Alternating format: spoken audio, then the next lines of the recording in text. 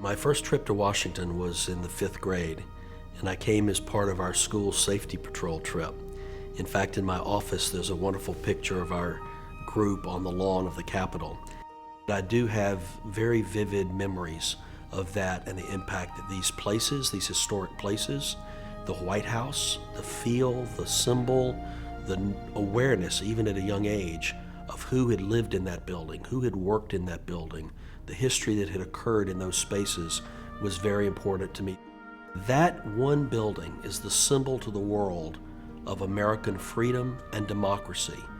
Billions of people around the world know what that building means. These are people that will never come to our country, certainly never visit the White House. Most of them won't even meet an American, but they know what that house means.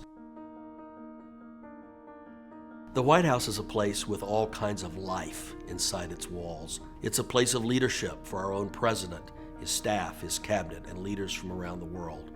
But it's also a place of legacy. And it's the legacy of all that have gone before that the White House Historical Association is charged with maintaining and keeping for future generations of America, and teaching and telling those wonderful stories of our American history and that great White House. There's only one object in the White House that was also in the White House on the day that John and Abigail Adams moved in 1800, and that is the large Gilbert Stuart portrait of George Washington that's in the East Room of the White House. We pride our collection on being the very best of American artists and furnishings. And that was important to Mrs. Kennedy when she came into the White House in 1961. Up until that time, a new president and first lady would come into office and they could get rid of anything in the White House they wanted to. And treasures of the White House had been dispersed all over the country, actually around the world.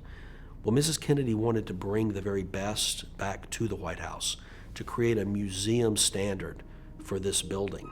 And so she did that, and part of doing that was creating the White House Historical Association to conserve these beautiful state spaces, to acquire new art and new furnishings for the permanent White House collection.